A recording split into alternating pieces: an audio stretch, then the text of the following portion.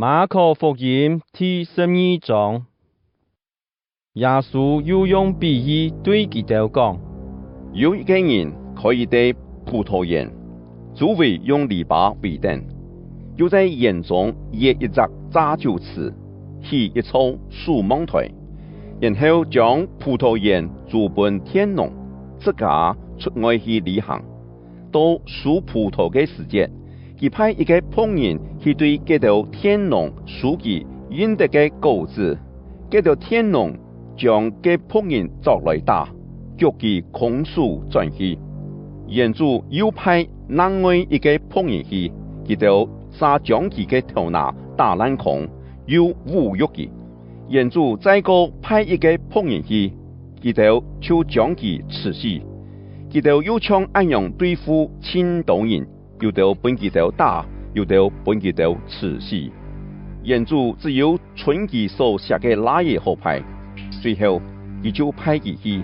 心感想，最少佢哋未會遵從我嘅那嘢，仲係佢哋天農彼此參相講，兩人係園主嘅繼承人，來呀，我哋來刺死佢。佢嘅產業就變做外頭嘅咧，佢哋就扣定佢，刺死佢，將佢嘅身屍發到野外。耶穌問講：咁樣，葡萄園嘅主人會樣辦做呢？佢一天會來刺死嗰條天農，將葡萄園租本平人。佢哋冇讀過兩參聖經係冇，乃水師傅所發出嘅兩塊石頭，已經上到天其中最重要嘅，那係主嘅作為，係樣辦奇妙嘅事啊！因為猶太人嘅領袖對耶穌所講嘅比喻係責備佢哋，就想愛作佢，總係佢哋驚眾人，果不將就離開佢。有啲法利賽人和希律黨嘅人奉命來見耶穌。想愛對佢嘅話，請把柄來開佢。佢就對佢講：先生，我哋對你係誠實嘅人，唔過人樣扮相，你也唔會看人嘅前面，總係總是將上帝嘅道理告訴人。納稅本羅馬皇帝係違背我哋嘅法律麼？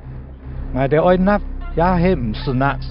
耶穌看出佢哋嘅詭計，就應講：你哋樣辦想愛開眼呢？拿一隻銀幣本眼看。佢哋拿一隻銀幣本佢，耶穌問佢哋講：呢個像老名號係乜人嘅？佢哋應講：係皇帝嘅。耶穌對佢哋講：既然係咁樣，將皇帝嘅東西歸本皇帝，將上帝嘅東西歸本上帝。佢哋聽到呢個話，就對佢親喜氣。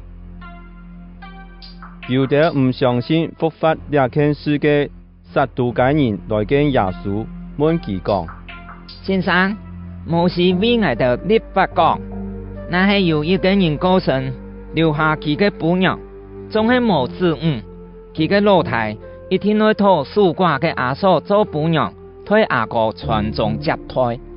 只有7個兄弟，大哥討婦娘後，無留下子女就過身；二個討蘇寡嘅阿嫂後，也無留下子女就過身；第三個也係咁樣。7個兄弟全部討過嘅婦人家，攏總無留下子女就過身。最尾嘅婦人家也過身，咁樣在復活嘅時節，兩個婦人家愛算係乜人嘅婦娘呢？因為7個兄弟全部是老佢結婚。耶穌應佢哋講：你哋唔錯咧，樣辦講呢？因為你哋冇明白聖經，也冇清楚上帝嘅權能。佢對死復活嘅事，係留天堂嘅天使同樣，無土也無家。關係死人復活嘅事，你哋冇讀過摩西嘅書，所寫歷史祝福嘅故事係冇。上帝老摩西講：我係亞伯拉罕嘅上帝、以撒嘅上帝、雅各嘅上帝。兩意思係講，上帝唔係死人嘅上帝，係生人嘅上帝。你哋完全唔錯咧。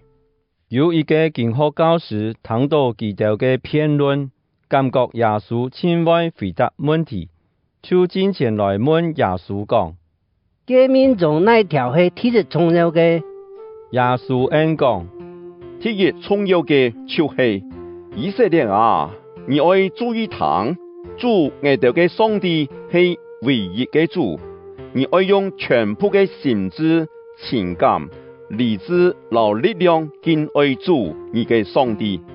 第二係你要錫鄰舍，就像錫自家一樣，無比這兩條更加重要嘅誡命嚟。